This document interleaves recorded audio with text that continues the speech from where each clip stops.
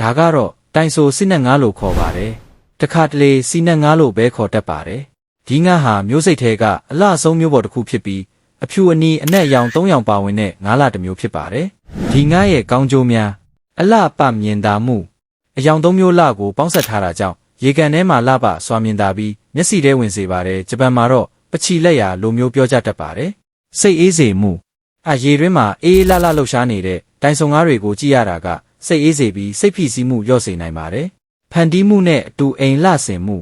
ငါးကန်တစ်ခုမှာတိုင်ဆုံငါးများထည့်သွင်းခြင်းကတဘာဝနဲ့လှပတဲ့အိမ်ပတ်ဝန်းကျင်ဖန်တီးနိုင်ပါတယ်တန်ဖိုးတက်နိုင်ခြင်းအရေးသွေးကောင်းတဲ့တိုင်ဆုံငါးတွေကိုစောင့်ရှောက်ကောင်းရင်ဈေးနှုန်းတက်ပြီးရောင်းချဖို့တင့်လျော်ပါတယ်သူ့ရဲ့ဆိုးကျိုးများစောင့်ရှောက်ဖို့အချိန်ပေးရခြင်းရေတန့်စင်မှုအစာထောက်ပံ့မှုရေချရင်မှုစသဖြင့်ငါးကန်မှာစောင့်ရှောက်ဖို့အချိန်နဲ့ကြိုးစားမှုများစွာလိုအပ်ပါတယ်ယောဂပိုးတက်ခြင်းအခေါ်ဝေါ်တနည်းအားဖြင့်ကွေးလို့ခေါ်တဲ့ဒီငါးမျိုးစိတ်တွေအနေနဲ့ယောဂခံနိုင်စွမ်းနှဲငယ်ရှိတတ်ပြီးရင်းညစ်ညမ်းမှုဖြစ်ရင်တော့အရေပြားယောဂအနာကပ်ပါပိုးကူးစက်မှုတို့ဖြစ်တတ်ပါတယ်ဈေးကြီးခြင်း